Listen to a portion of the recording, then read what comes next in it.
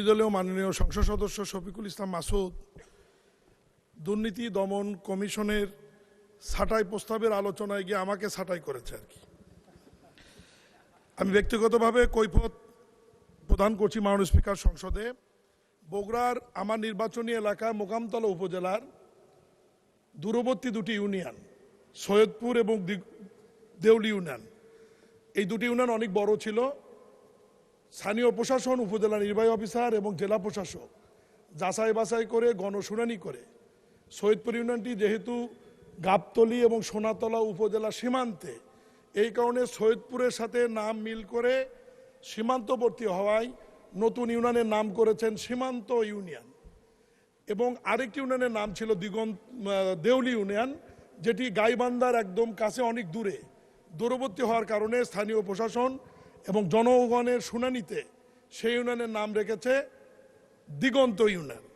মাননীয় স্পিকার, এখানে সংসদ সদস্য শফিকুল ইসলাম মাসুদ বলেছেন যে এই দুটি ইউনিয়ন নাকি আমার দুই সন্তানের নামে রাখা হয়েছে। মাননীয় স্পিকার, আমি বলতে চাই চুয়াডাঙ্গা জেলার জীবননগর উপজেলার একটি ইউনিয়নের নাম আছে সীমান্ত ইউনিয়ন। ফেনী জেলার ছাগলনাইয়ে রয়েছে সীমান্ত বাজার এবং সীমান্ত বন্দর।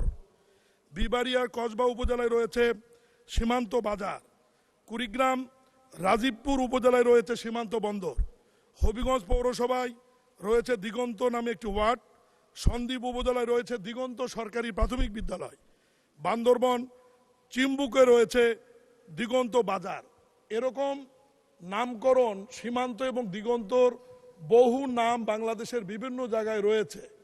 উনি কেন এর সঙ্গে আমার সন্তানদের নাম জড়িয়ে হলো? মিরাকিলে আমার সন্তানদের নামের সাথে মিলে গেছে ঠিকই, কিন্তু আমাদের সন্তানের নাম হচ্ছে আমার মীর সীমান্ত, মীর দিগন্ত।